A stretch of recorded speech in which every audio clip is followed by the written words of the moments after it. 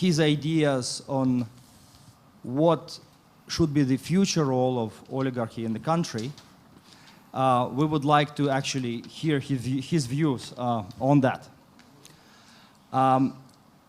Deoligarchization, this is one of the focuses of our organization, Center for National Resilience and Development. We focus on 4 areas. This is national security, rule of law, anti-corruption, and deoligarchization. We believe it's actually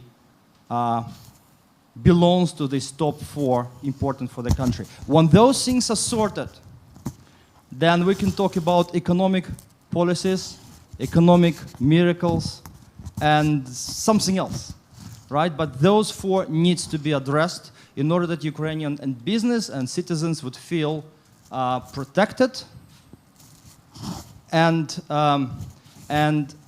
if they feel the fairness, justice in the country. So with this in mind, I propose to start, and as a warm-up, Kurt, you've been here, what is it, 18 months ago, you said? 1.5 years for sure? Yep. Right, which is pretty much the same, 18 months, 1.5 years. So what do you think, what do you see change since then? Well, I think the most striking thing from my perspective, being a former U.S. Special Representative, is the degree to which the U.S. has been absent from Ukraine. And I think that that's significant from a number of perspectives, from security, from reform, from psychological encouragement of the population, the government, etc. So I think that's one thing. Second, what does that mean that the U.S. has not been as present? Well, the United States was playing a role also of keeping Ukraine on the agenda. NATO, with Germany, with France, with Russia, so pushing the issues of Ukraine in an international setting. And if with the U.S. not doing that, I think a lot of the others go back to old habits of just moving on. As long as it's quiet in Ukraine, we don't have to think about it. And I think that's what we've seen from some of the other international partners. And in that context, Ukraine is more vulnerable than one where Ukraine is being constantly engaged and supported by an international community. So a more vulnerable Ukraine is more subject to Russian political interference, to disinformation, to military pressures, and so on. So it puts Ukraine in a difficult position. Then on top of that, you have the coronavirus, where because of the need to protect the population, significant changes happened throughout the world, throughout Europe, also in Ukraine, which resulted in shutting down parts of the economy. And so an already challenged economy faces yet another new challenge on top of that, which is the coronavirus. And that limits the options available to the government financially, limits the options available politically, and that has also created a dearth of travels. People are not traveling. You don't have the constant visitors. So it's been I don't know how else to say it, it's been a bit of a desert when it comes to the international engagement with Ukraine over the past 1.5 years. And that's why I'm optimistic today. I'm optimistic that with the new U.S. administration and finally getting some people into place, we have a great Secretary of State now who I know personally. President Biden knows Ukraine quite well. I think we'll see a refreshing of the U.S. engagement, and I hope that that leads to a refreshed bilateral engagement. And it's also the reason why, even at this time, I felt it was a good time to take a trip. We'll talk later about a few of the projects that I'm working on now, but I thought it was a good time to come and give them a boost. Well, you mentioned that you felt it was a desert. Well, if you look at the administration of President Zelensky, they only seen this desert. They haven't seen anything else. Do you think they know what to expect? What would be the new level of involvement of Biden administration? Do you think, do they apprehend it or not? I think so. I think they're realistic. I think that the first thing that they would want is engagement. They want the U.S. to be supporting Ukraine. They want the top-level engagement. They want someone in the diplomatic world who's going to pay special attention to Ukraine. My understanding is that they will assign the responsibilities of a special representative to someone in the administration in an existing position. That's the model that existed under the Obama administration as well. But I think that engagement is one. The second thing, and I think it is realistic as well, is that there will be attention to the state of reform, of the fights against corruption, of steps that Ukraine needs to take for its own self-interest, to take the economy forward, to take reforms forward. And I think there will be, as usual, a combination of support for Ukraine and an insistence that there are certain things that the outside world can't do for you. Only Ukrainians can fix them themselves, and Ukrainians need to solve some of these issues. So I think that is also there as well.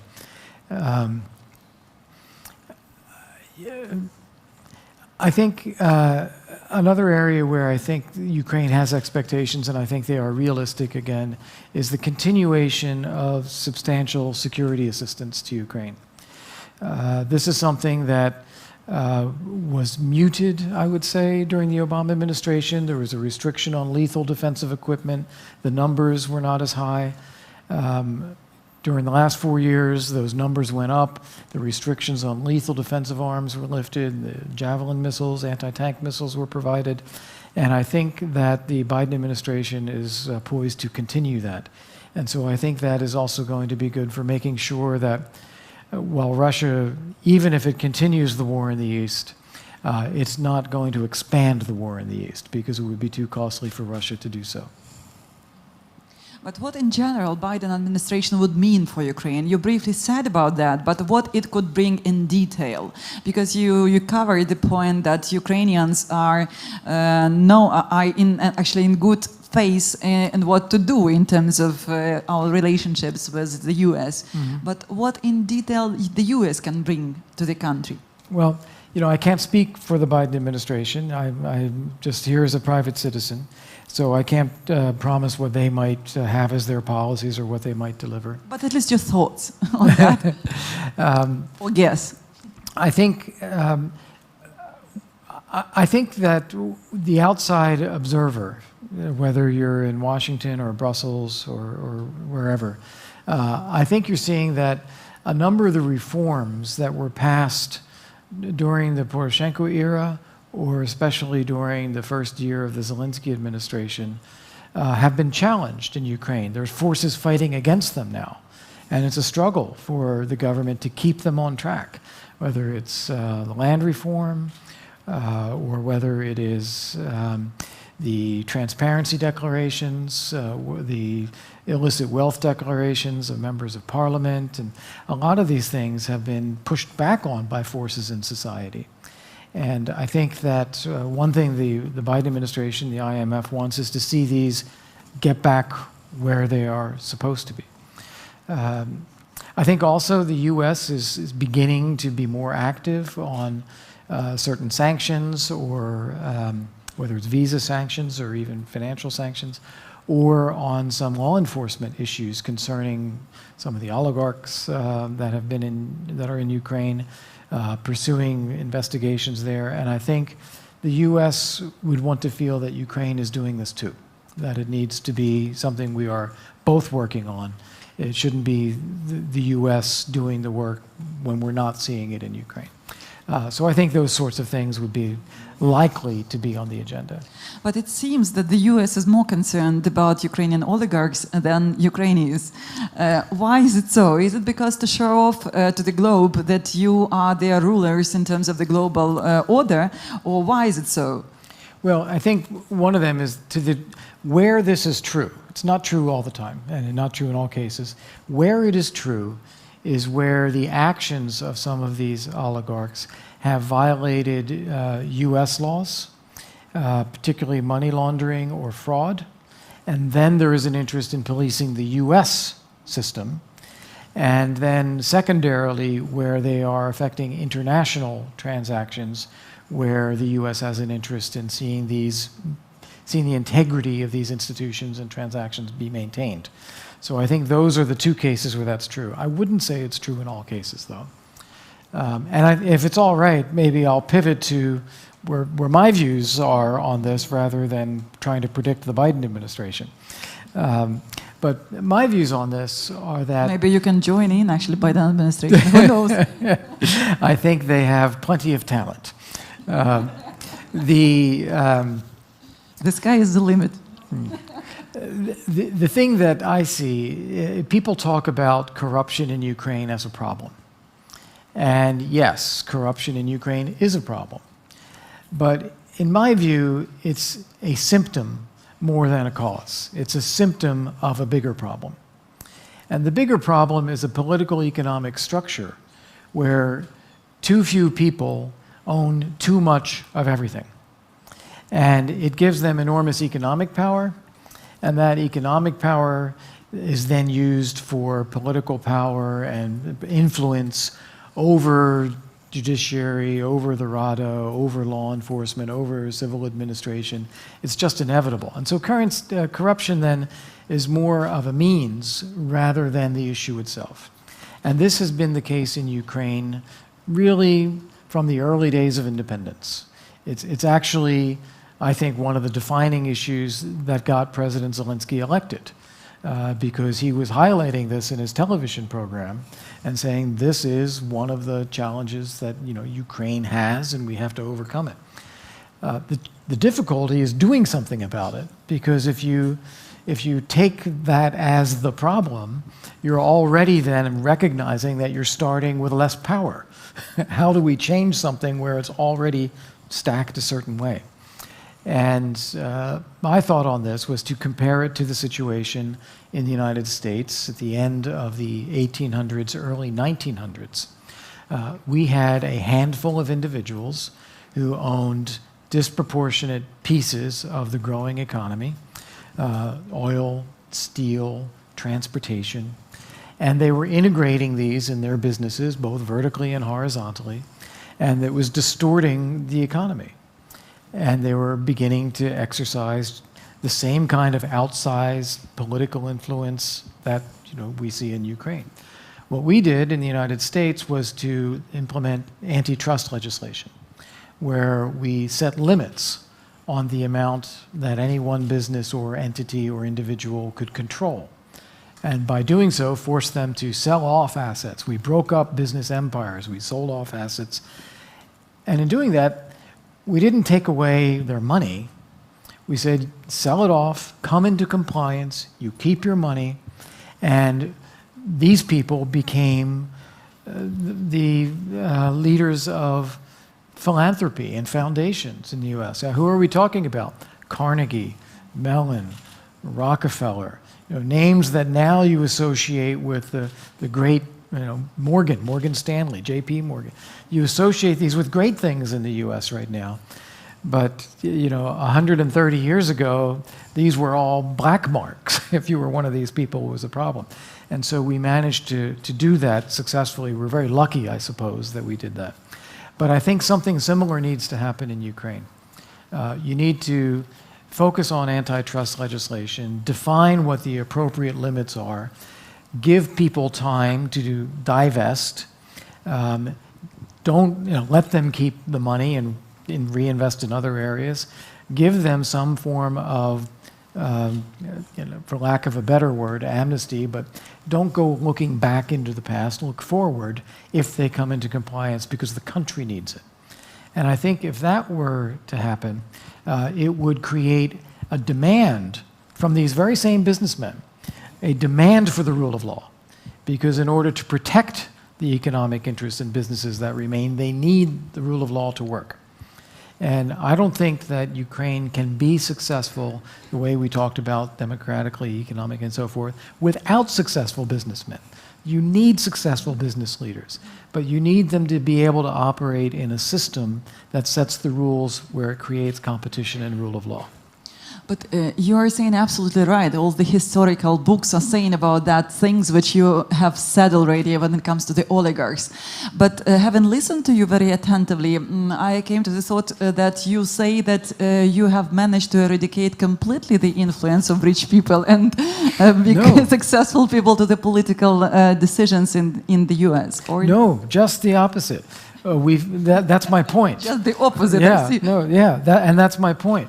We didn't eliminate the influence of wealthy people. We put it into a context where it's more transparent, where it is not exercising Institutionalized. not Corruption. exercising outsized influence. It is functional. We have a new problem today, which is we have new industries that have grown the way the old ones did. So the social media empires, the tech empires, we have not come to grips with their influence in society now. And I think that is coming. I think that's something we will have to come to terms with. Thanks. Right. So what you're describing, it looks like it was a win-win in the United States. At the end of the day, yes, Do you think it it's was. possible to make it win-win in Ukraine? Not in every case, but I think overall, yes. I think there are a small number of cases where it's not redeemable. The illegal actions and the investigations into those and the international court and prosecutorial activities have already moved on. And I don't know that those are redeemable. But in most cases, yes. But you, if I may, you know, you're saying that basically the oligarchic structures have to behave, and they might become the philanthropists, which is the case actually in Ukraine. We have so many oligarchs, not so many, but a few oligarchs who have become already philanthropists, and but nevertheless, it doesn't. But they are lacking the antitrust legislation, this framework, Yes. under which they could operate. But how to make it done in the situation or in the country which lacks proper rule of law? Even if you write legislation, what is the basis, or what are the leverages in order to make this legislation be implemented? Well, it's a chicken and an egg, right? Is that you can't get the laws passed unless you get the support from some of the vested interests, but at the same time, you can't get the vested interests to do anything unless you have the legal framework to do it. So it's a chicken and an egg. But I think that, as Sasha said, it can be done because it's a win-win. For the majority of these interests, they actually will benefit from a bigger pie where they can be successful businessmen. They will benefit from being legitimized as businessmen to be able to operate internationally without the risks that are now attendant.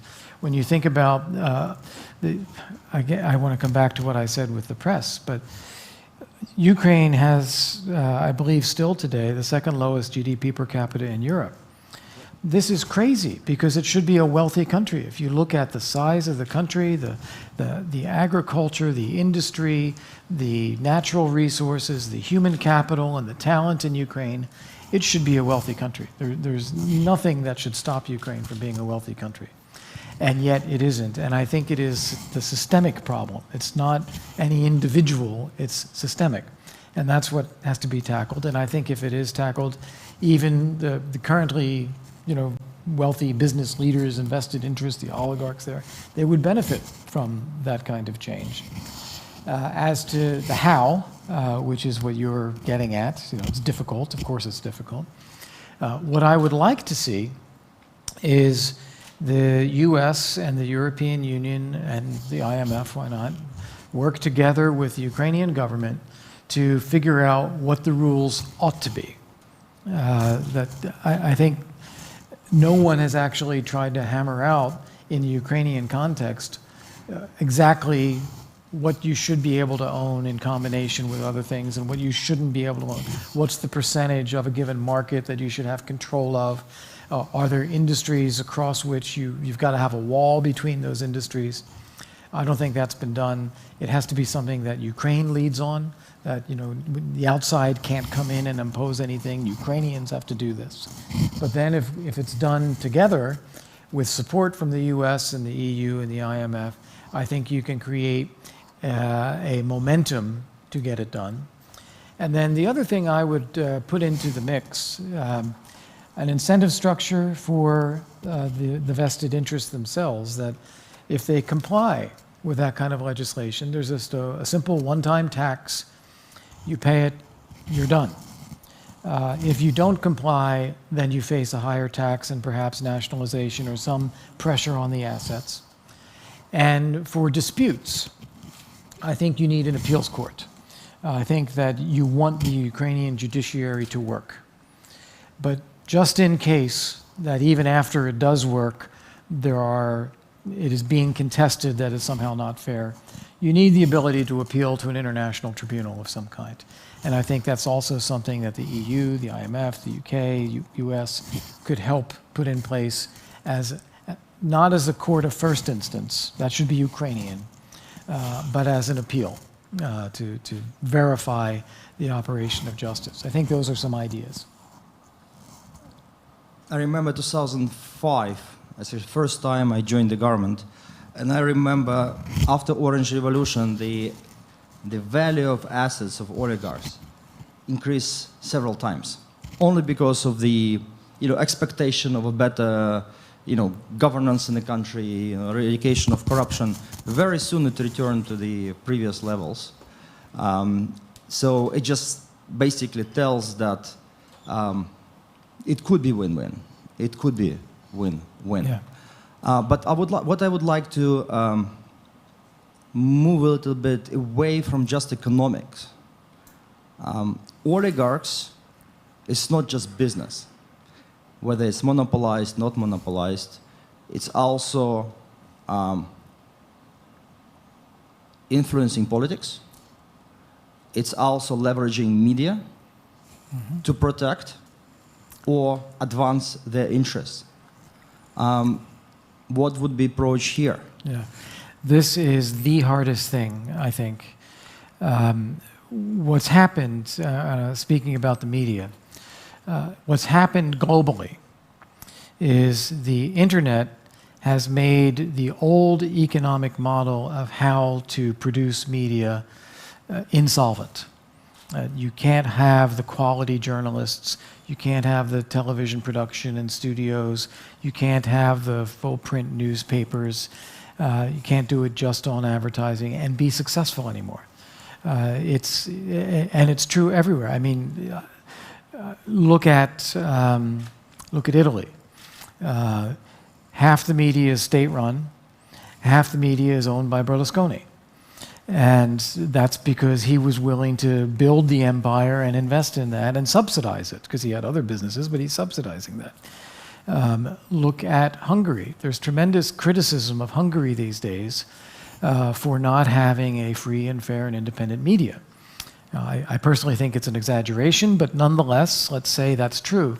The main reason it's true is economic, is because it has fallen to wealthy businesses who choose to come in and buy the media and subsidize it to keep it going. And of course, once you have a media owner, then you have a media owner's editorial control. And that shapes the way the media is reporting what's happening. And in the United States, just look at our last election. You could say, you have Murdoch over here, and you have Ted Turner and Jeff Bezos over here. It's very similar. I think we do have standards of journalism in the US that we've been able to maintain better than in some other countries, but nonetheless, the economics behind it and the ownership models, we're actually not that far off from what we're talking about. So this is tremendously difficult in Ukraine, where I think it is a fair comment that almost all of the media one way or another, has some wealthy interest behind it. And that is then protecting a certain point of view. This is the most difficult thing to figure out. You don't want to restrict free speech. You can't have regulation of content.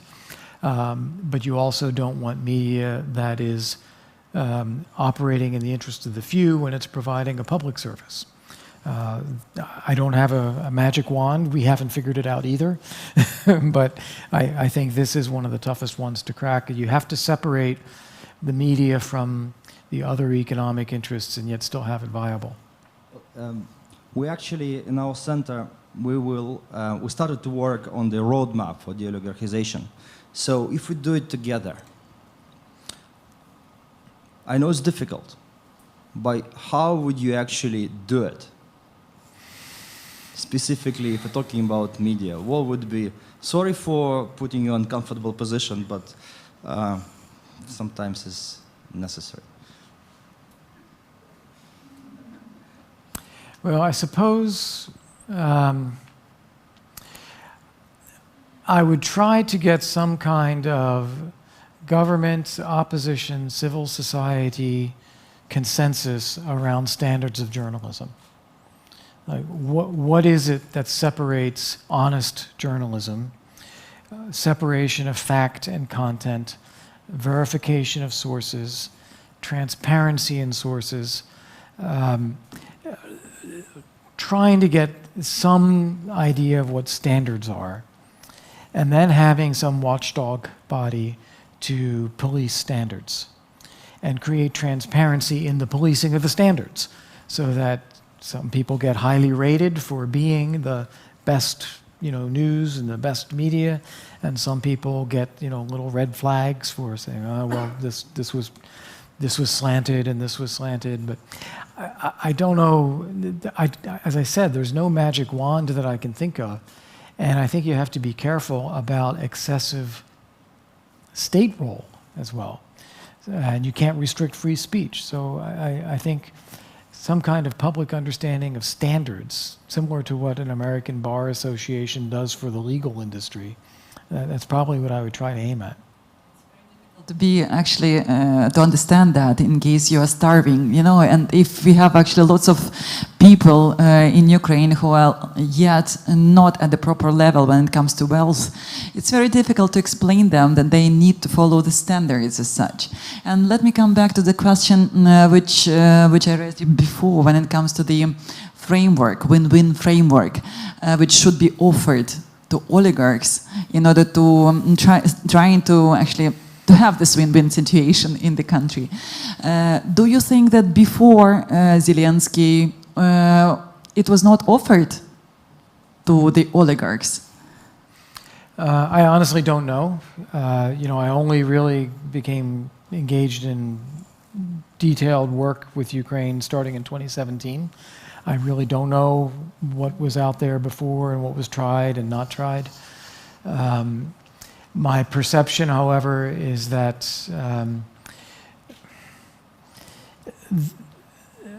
the vested interests became so powerful so early on after privatization that you ended up with governments in some cases, that even governments that were trying ended up not being focused and capable enough at implementation and less powerful than the forces they were against, that even if they had the right intention, they never really got anywhere. So that's a perception. But you would know. You were. Yeah, well, actually, I do have an experience in this. In 2005, if audience remember, there was a big topic, hot topic, how it's called, reprivatization. Right? At that time, there were public announcement that we will reprivatize like 300 companies or 600 companies. And that actually at one point of time paralyzed the economy. Because when owners don't know what's going to happen with their companies, they stop investing. Yeah. So at that time, actually, I was the chief economic advisor to Prime Minister, and I worked on this issue. And what we proposed at that time is that we'll take the old companies that were privatized, and we, for all of these companies, would say, not individually for each company, but for all companies, 30% needs to be paid extra to the to the budget. And to make sure that that would sustain, the government would sign the agreement with the owners and will introduce the clause that all litigation on that specific point will be under UK legislation, London, English law. Well, I was quite successful in promoting this idea when actually all big businesses seen that Ukraine is moving to the right direction. As soon political, vector reversed, they lost interest in dealing with the state. So basically, that teaches me the following thing: if government is serious, if government is not corrupt and really means what it proposes, then oligarchs will take it as win-win and will comply, and it will be really win-win. Mm-hmm. But if it's not, it will be usual way. Yeah, it's tough. In this case, I'm just like to ask, do you think that the current government or the current president would be able to make all necessary things and steps in order to put oligarchy into win-win framework? You have to believe that with goodwill and reaching out to build support and alliances that you can achieve a lot. In my view, the real dividing line in Ukraine is not between the different political parties, whether it's, servant of the people, European solidarity, Holos, etc. The real division in Ukraine is between the vast majority of people who want to see a successful, democratic, prosperous, and secure Ukraine that is part of Europe, and a minority of people who still feel the social, cultural, political ties to Russia and think that should be the priority. It's a minority. I think if the forces that represent this majority of people can work together, there is a basis to get the votes, to get the political support, to get the decisions, to be able to define a course and to implement it. And I also believe that, again, with a few exceptions, I think people can guess who I might have in mind. With a few exceptions, the majority of those who have vast wealth in the country would be supportive of fixing the system because it would benefit them too, as you're saying, a win-win there. But do you think that it will be possible? Feasible? I do think it's possible. I do think it's possible. If it's not possible, we give up now, and that's just never not right. give up. Never give up. Exactly. Well, we at this point, given that we see some signs, on towards deoligarchization, clearly we're seeing some progress on against Kolomoisky. Not enough, but at least some. I consider it as a first step by this administration. So I would like to ask somebody who wants to take place from representing the government. What's your view? What would be your remarks? You don't necessarily need to kind of formulate the formula, right, on the delegation, but at least maybe express some views, how you see it's happening. Who would take? If nobody takes the opportunity, great. So, Kurt, coming back a little bit to the United States. Recently, there were sanctions introduced against Kolomoisky. So what's your view on this? And do you expect that the next steps, the follow-ups, needs to come from Ukrainian side, or there should be follow-up from United States side? Well, I think first off, it's a reflection of what I said earlier, that there is a perception in the U.S. that he was involved in some activities that were illegal in the U.S. And so there's a seizure of assets in Cleveland. There is an ongoing investigation. There's an ongoing court case in Delaware. And so the sanctions that were announced are travel sanctions, visa sanctions, which I think is consistent with that pursuit. As I said, I think there will also be an expectation that Ukraine will also do its part in investigating and pursuing where there are criminal activities in Ukraine. And it's no secret that one of the issues that has been dealt with is the Privatbank, which had basically been looted of billions of dollars of depositors' money. And then it was the Ukrainian budget, and because the IMF was supporting the Ukrainian budget, it's even US taxpayer money that went to bail out the Privatbank. And I think that's an example where there's an expectation that Ukraine will stay on track, having nationalized the bank, and keep it from paying any compensation or being restored to the previous owners, and investigating what actually happened. So I think that is a part of that. Go ahead. One more question. Well, I think I see the following perspective. I see that now to the Biden's administration return people who remember very well 2016 how the bank was nationalized, and they view it as not only a way to save financial system from from crash, right? They also view it as a first and maybe the only step on real deoligarchization in Ukraine. And so when they return now, what they see is that, that oligarch have a group in the parliament.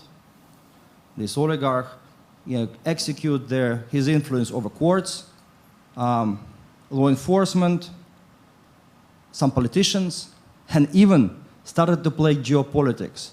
Writing some op-eds in New York Times on, that Ukraine actually needs to turn towards Russia and away from US. So obviously, I see it also as a bit, what happened? Yeah. Is it? Do you see it like this or not? Not quite. Not quite. It's a big deal, and it's a big deal that people remember. But I don't see it as the first step in what you said, deoligarchization, and of course I want to recall that the title that we set out for this talk is From Oligarchy to Healthy Competition. I think what's happened in the past, and this is an example, is actions in a specific case. Privatbank stole the assets. Something should be done about it. We don't want to pay for this, but it's isolated. Okay, corruption's a problem in Ukraine. We need an anti-corruption court. Let's get an anti-corruption court. Now we have an anti-corruption court. But these are specific things. And I don't think we have ever, and I don't think Ukraine has ever either, but you can correct me if I'm wrong. I don't think ever anyone has sat down and said, we need to actually change the whole political economic system. It has grown into something that can't be fixed just with one step. We need to look at this holistically. And I think that hasn't happened yet, but it should happen. Can I change the subject? Are we? Yes. Yeah. But maybe I can add. Maybe I can add another question, and then we can change the subject. Do you think that it's necessary to be a democratic leader in order to set up the proper framework for healthy competition, or you need to be authoritarian? I had this discussion with Frank Fukuyama once, and I was arguing for democracy, and he was explaining to me that rule of law came long before democracy, and rule of law is what mattered more in the success of the societies than democracy. And when it's Frank Fukuyama and he's actually done his homework, you can't really argue anymore. So I do think that it's the rule of law environment is actually pretty fundamental, and it can be done in a non-democracy, but it is obviously better for the people if it's done in a democracy. That people's individual freedom and their rights, they need to be respected, and people need to have the ability to change things if they're not happy. And that's in addition to having a rule of law environment that functions. Which is a great segue. Well, One of the things that I am doing now, so I am not a public official, I am not representing the US government or the new administration or anything, but I am working in the private sector, and I am trying to bring projects and engagement and support into Ukraine to help in various areas. And one of the ones, and the reason why I'm in Ukraine this week, is putting the final pieces together and launching an American university in Kiev. I've seen this in other places. I have a long relationship with Arizona State University, and we are putting together a model for establishing American-style education, American university degrees, both undergraduate and graduate school, offered to students in Kiev without having to travel abroad, and bringing in that kind of different perspective and different style of education and a Western mentality for young people in Ukraine. So it's a super exciting project. One of the things we will do after a few years is not only do engineering and science and technology and business, but also launch a medical school. And another project I'm working on and supporting is to help bring an American hospital in Kiev as well, which we hope will bring the Mayo Clinic and Western standards in healthcare and quality and access to Ukraine as well, to be a participant in healthcare in Ukraine. And I think there's a synergy among these. And then I'm working with a few other businesses that have investments or are looking at major investments in Ukraine that will help diversify the economy, whether it's in the energy sector or whether it's in bringing a lot of jobs in the eastern Ukraine because of aviation industry and aircraft repair and overhaul. So I think that Ukraine actually has the potential to be incredibly successful, and I'm just trying to find the projects to bring here for that. And so that's one of the things, even as a non-government official now, I'm still trying to help work on. So you're bringing money or just projects? Well, I'm trying to bring people together with the right ideas and the right organization to produce something of bigger value.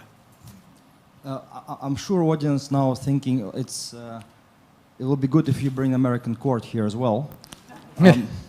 Well, with this in mind, we actually, one of the things that we're working in the center now is developing a concept for the investment court that would deal with not only with foreign investments but also with big investments also in Ukraine by domestic investors pretty much. So this is one way or another, but rule of law needs to be restored in Ukraine. Otherwise, the question is there how. will be no future. The question is how to restore this rule of law. Kurt, let's maybe again return to Ukraine-US relations. There is one topic that you've been asked this question several times today in our morning discussions. I just want to move it out of table because everybody now talks about a telephone call. I think telephone was never mentioned so many times in our press since Bell invented it. So is it really important to talk so much about first telephone call between two presidents? Well, I think the first thing to say is let's not overstate the importance of one phone call. Yes, it's a good thing for the presidents of our two countries to talk with each other, and yes, it's a good thing for them to give empowerment and encouragement to our respective governments and administrations to work together. But the phone call itself is really just that. And then you go to bed and you wake up the next morning, and then what? You still have all the work to do. And so I think it's important, it's valuable, and I'm also told that it is being prepared, and there shouldn't be any doubt about the relationship between the US and Ukraine. But at the same time, it's just one thing. It's an important thing, but it's just one thing amid the bigger context of the work that we have to do together. And I'm delighted that our future guest in Washington, the new Ukrainian ambassador to the U.S., Oksana Makarova, is here today because she's going to be carrying the burden of making that relationship work for the long haul, which is really what counts. So thank you for coming, and it's wonderful to see you, and we can't wait to have you in Washington. Kurt, do you mind if we move to Q&A at this stage? Yes. And Oksana doesn't like to be called an ambassador. You know, she likes proper, so we're not calling her ambassador. It's a friend and a former colleague. We'll just Oksana, call, would you like to start the Q&A with Excellency. something that would be interesting for Kurt to answer and for us to? No? Okay. Who is willing? You know, maybe you would like to take some time. Oksana would like. Who is willing to ask a question? Please. Oksana, потом. Глеб, будь ласка. No, use microphone.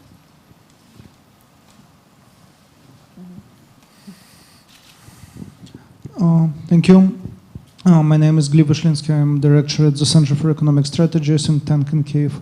I have two questions. One question on Rinat Akhmetov and on judiciary. Like when I look on Anya, I recall our joint study with EBA and Dragon Capital on obstacles to foreign direct investment, and number one is lack of trust to judiciary. And among oligarchs, number one is Rinat Akhmetov.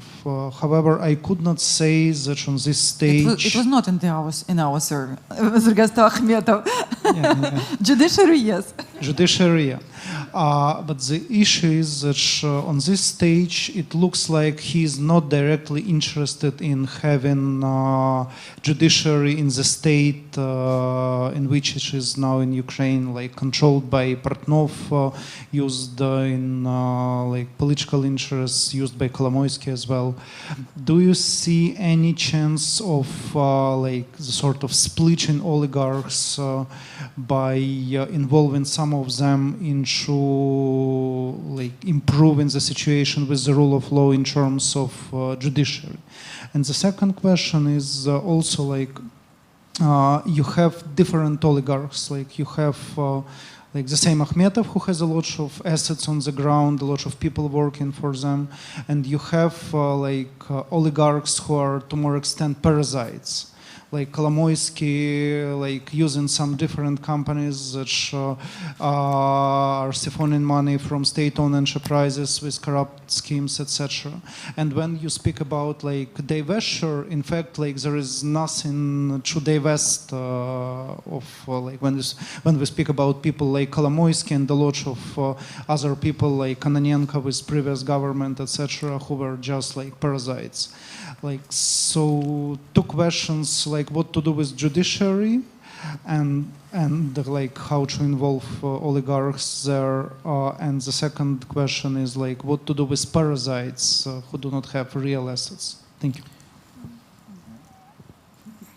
Okay, so on the first one, I said this earlier, but just to come back to it, I think that it can be a win-win, that when you establish that there is diversity of ownership and competition, it creates a demand for the rule of law because people don't want an unfair playing field.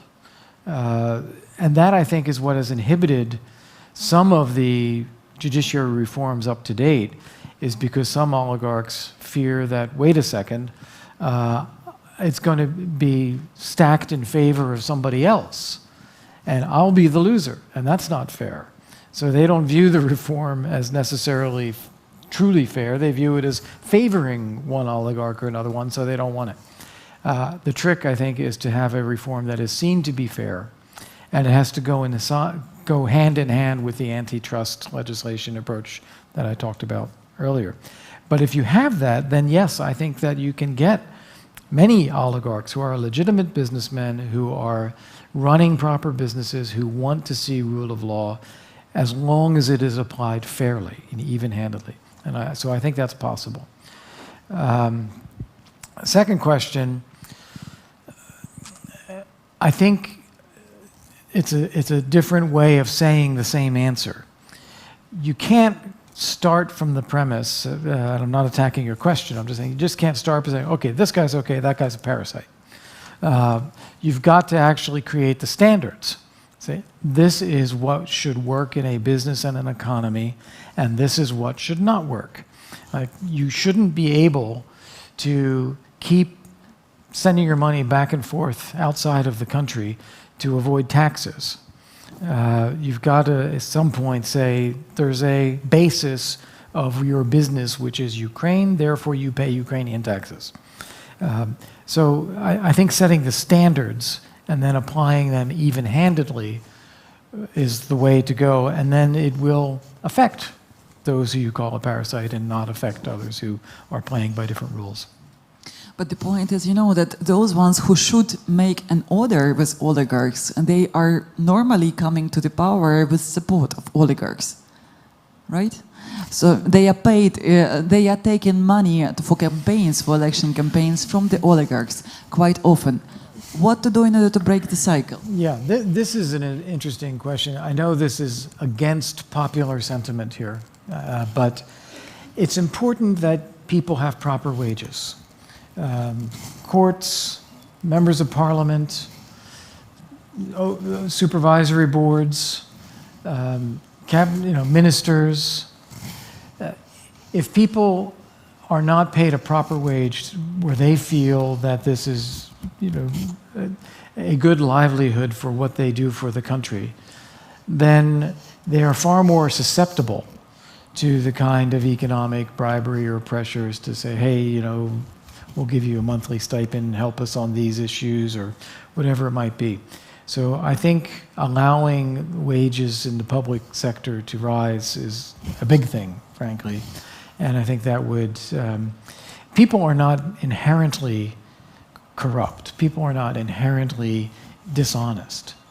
But when they find a situation that the system's already corrupt, the system's already dishonest, everybody else is doing other things, I'm suffering, but it's just hard for people.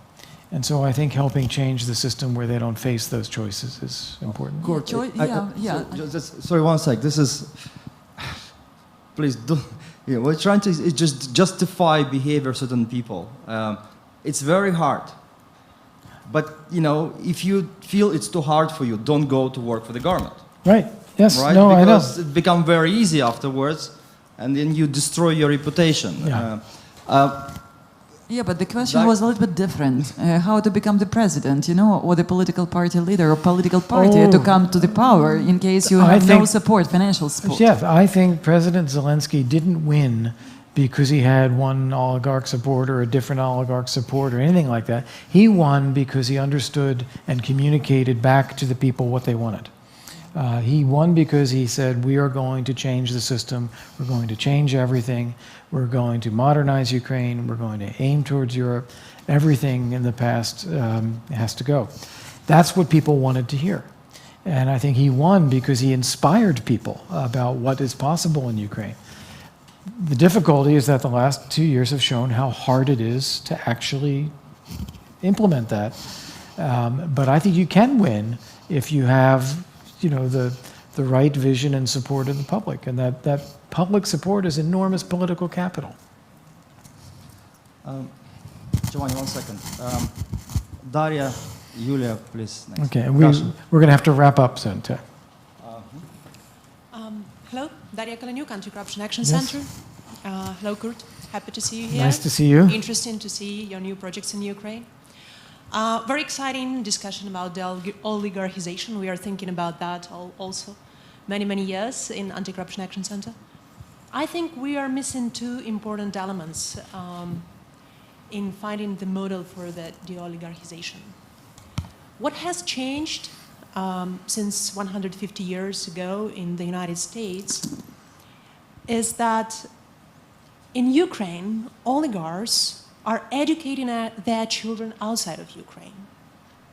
In London, in the US, in Switzerland, they are spending their wealth into their healthcare for themselves and for their family members outside of Ukraine, in Germany, in Austria, actually in the well-developed countries. And they reinvest the gained wealth into their developed democracies, including in the United States. On the other side, there is Russia. Additional element, the second element we are missing. It is using strategic corruption in order to boost destructive activities in Ukraine, in order to support this pro-Russian position of minority of Ukrainians, in order to support anti-Western narratives. And they are using the network of their agents, the former KGB agents planted everywhere in Ukraine. They still exist, even in the parliament, like Andriy Derkach, who participated interfering into American elections. And they find the way to throw lots of money into the activities of such people. Sometimes they collude with oligarchs, like Mr. Kolomoisky. So here, the question to Kurt. Yeah, and I'm sorry for taking so much time. It's okay. Do you think there will be more proactivity from the US in actually cutting the financial fuel to Ukraine from Russia for such kind of destructive anti-Western activities? And also the strategic change of policy in the US administration, not only towards Ukraine, but other developing countries, in cutting personal, wealth of oligarchs on the West. As you know, in the US, Rockefellers, they had interest to reinvest back to the US because they were believing that. Thank you. Do you mind if we take another question from Yulia Polaska? And then you address it. Okay. Hello, I'm Yulia Klemenko. I'm acting MP from non-oligarch party Golos, which is probably the only one in the parliament. And I would like to ask the following question. We have a vicious circle of oligarchy and vicious circle in Ukraine. When the oligarchs, they own media, it's not only TV, it's social media, it's everything around, bloggers, etc., etc. It's media empires, I would say. Then media produce politicians. Politicians coming into the government, into the parliament, and they are serving oligarchs. And they don't have any intentions or any ideas or any thoughts to change the system. They don't need to change the system. So the problem is not in the low wages of the public servants, etc., etc. The problem in this vicious circle we are going already many, many years. It's 30 years already. My question is, where would you start? From media, from politicians, from government? Because we will not have judicial system if the politicians will not adopt laws and government will not implement laws because they are actually controlled by oligarchs. This is my question. Where would you start? Right. Well, to that question, I look at the system in the US, and we have members of Congress get elected every 2 years, members of the Senate every 6 years. They have to raise money constantly in order to fund the election campaigns and pay for the media that they get in order to run for election. And so they end up having fundraising events where donors show up and give them money, and they get to talk to the congressman, and it's a way of them getting access to the congressman, which is not something your average citizen can always get. And it is a form of, I would say, regulated corruption, if you will. They raise the money, they meet with the people. But the check on this is that there are other sources of information, there are competitors, there are political opponents, there's media. So they are able to put in front of the voting public, the voters, not just what the congressman or senator would like to say about themselves, but facts, a record, behavior, and so forth. And so even though we have kind of a regulated financial corruption in politics, it still works. It's still competitive because people are able to make choices based on what they can see. So turning that toward Ukraine, I don't think it'll be the first country in the world where you separate money and politics, if you do it in Ukraine.